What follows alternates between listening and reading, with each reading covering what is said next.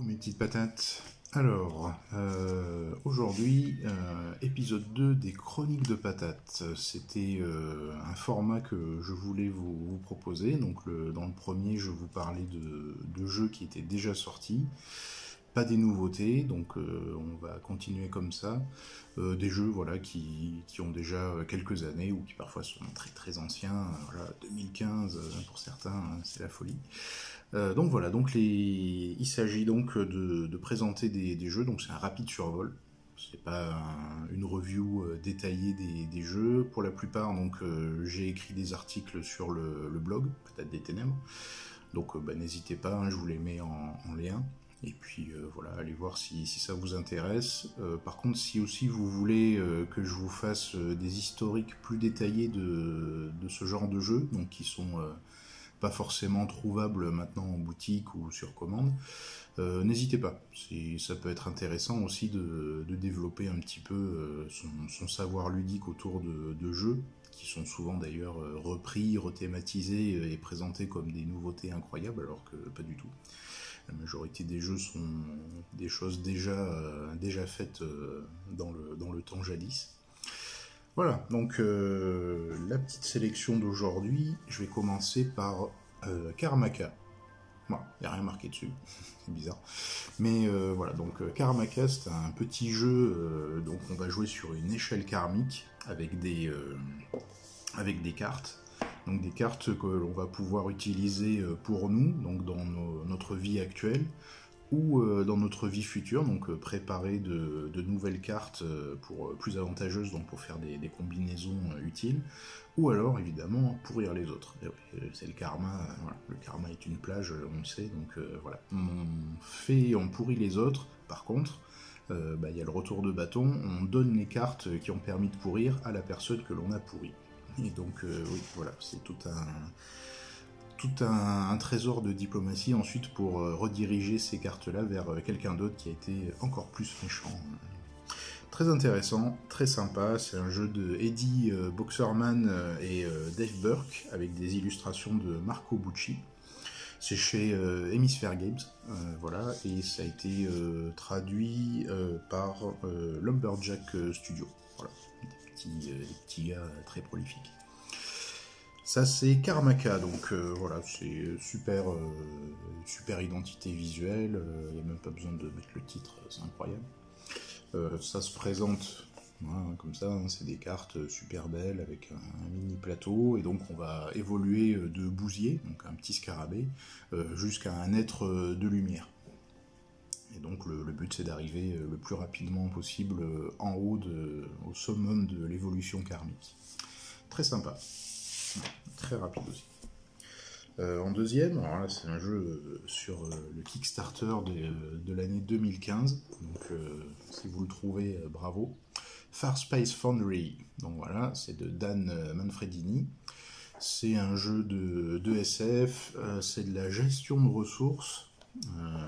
Le petit twist intéressant dans ce jeu en fait, c'est que on va essayer de collecter des ressources avec des navettes, voilà, en essayant d'acheter les meilleurs équipages possibles, les meilleurs vaisseaux possibles, en préparant des choses. Sauf que une fois qu'on a collecté toutes nos ressources, elles restent stockées dans nos vaisseaux, ou notre vaisseau si on n'a pas de bol et qu'on n'a que le vaisseau de base, et on va retourner le plateau pour faire la deuxième phase du jeu, donc c'est-à-dire envoyer nos vaisseaux chargés de nos ressources pour aller acheter des cartes qui rapportent des points. C'est des technologies, elles sont tirées aléatoirement à chaque partie. Et donc c'est ça qui va nous permettre de scorer. Le truc c'est que il faudra envisager déjà tout planifier dans la phase 1, en fait la phase A, toutes les ressources dont on a besoin, sachant qu'il y a des aléas bien sûr, c'est premier arrivé, premier servi, donc on se positionne dans la station, il n'y a pas beaucoup de place, et donc on n'a pas le temps de tout prévoir comme il faut, jamais en tout cas.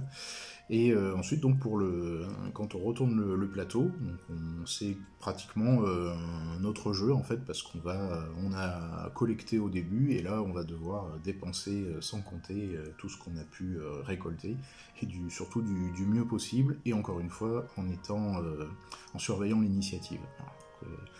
un peu casse-tête. Voilà, ça nous fait détester les gens autour de nous qui nous prennent nos places de parking dans la station spatiale. Très très bien, très bonne surprise. C'est pareil, c'est une identité graphique, alors comme ça de prime abord, vu ce qu'on fait maintenant avec des chatons et des ninjas, bon, c'est sûr, ça envoie pas trop du rêve. Mais en fait, le jeu, voilà, il se présente comme ça. Hein. Il a sa patte. Ça m'a fait un peu penser à Captain is Dead, qui a aussi une identité graphique et qui est un jeu de SF un peu, en tout cas atypique.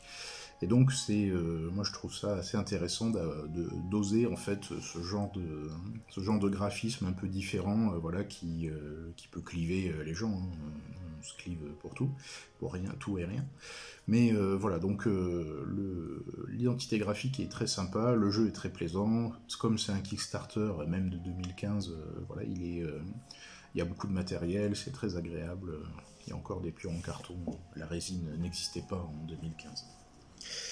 Et enfin donc, War of Whisper. Bon, c'était pas si gros, c'est la boîte, hein, mais voilà, c'est une version de luxe. Donc c'est chez un éditeur que j'aime beaucoup, Starling Games, ancien Salute Games, qui avait fait beaucoup râler les Kickstarter, les bakers.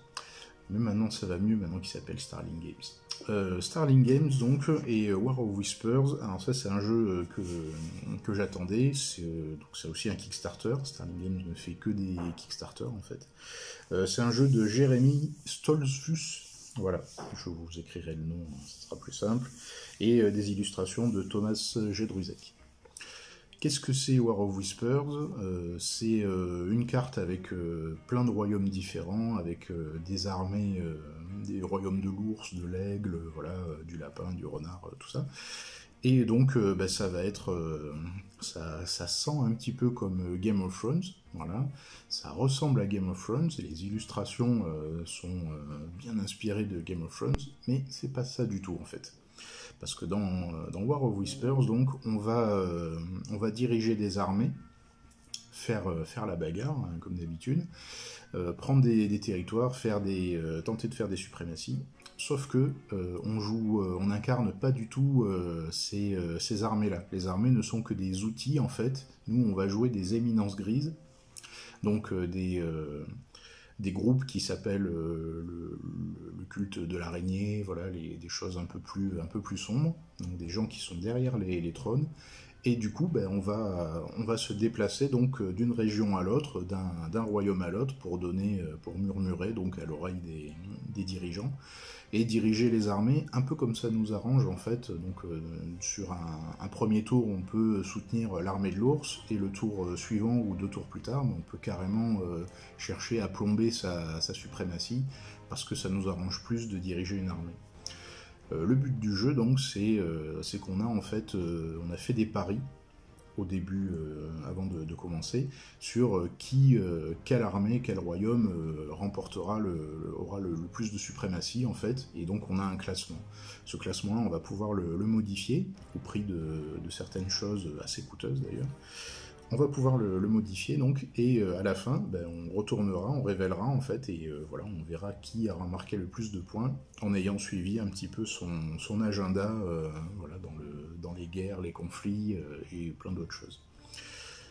Super jeu, très intéressant. C'est une évolution des diplomaties et autre chose, avec le côté ludique en plus, manipulation de plein de pièces. C'est une version de luxe. Et voilà, donc War of Whispers, pas si évident que ça, en tout cas il est assez original. Je vous le recommande d'ailleurs, comme les 3 jeux qui se distinguent un petit peu de la production habituelle que l'on a l'habitude de voir. Hein. Les systèmes de jeu sont relativement classiques, mais sont présentés de manière différente. Donc, dans War of Whispers, voilà, la bagarre en fait n'est qu'un prétexte pour essayer de se placer, de bien se positionner et de faire des bonnes actions, voilà, des bonnes actions qui permettront de favoriser son royaume chouchou. en sachant qu'on peut très bien être totalement pragmatique et dire ah bah celui-là il est en train de, les autres ont vu que je le favorisais, donc voilà, je vais essayer d'en changer, d'en faire venir un autre qui est un peu l'outsider, et donc ça sera celui-là à la fin sur lequel j'aurai misé, voilà. Très très bien, ouais, donc très bon jeu. Je vous le recommande. Je crois qu'il est encore disponible sur le site de Starling Games. La VF, j'y compte pas trop. Starling Games, c'est ceux qui proposent Everdell, et donc celles et ceux qui savent, je pense qu'ils n'auront jamais leur VF d'Everdell. Et puis voilà, donc c'est une petite sélection, un rapide survol de jeux que je voulais vous présenter, que je voulais rappeler à votre bon souvenir pour celles et ceux qui connaissent.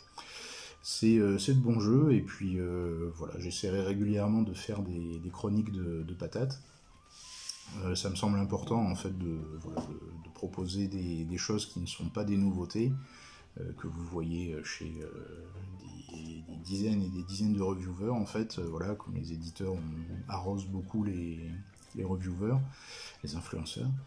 Voilà, donc moi personnellement je préfère vous parler de ce que j'ai déjà dans ma ludothèque, ma modeste ludothèque. Et puis voilà, c'est pas plus mal, il y a évidemment de très très bons jeux tous les ans qui sortent, de plus en plus, j'ai noté d'ailleurs, dans toutes les catégories, tous les genres. Donc voilà, c'est ça qui me semble important de faire, c'est revenir un peu en arrière et puis présenter ce qui est déjà très très bien, sans avoir besoin d'acheter à tout prix la dernière nouveauté ou la dernière extension. Voilà.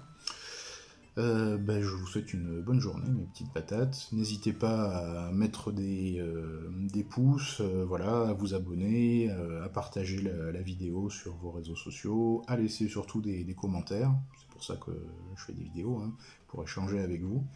Si vous avez des envies, voilà, ou des précisions à apporter, voilà, tout en commentaire, tout en bas, je vous mettrai les articles en lien par rapport au jeu que je vous ai présenté. Et puis voilà, je vous souhaite une bonne journée, mes petites patates.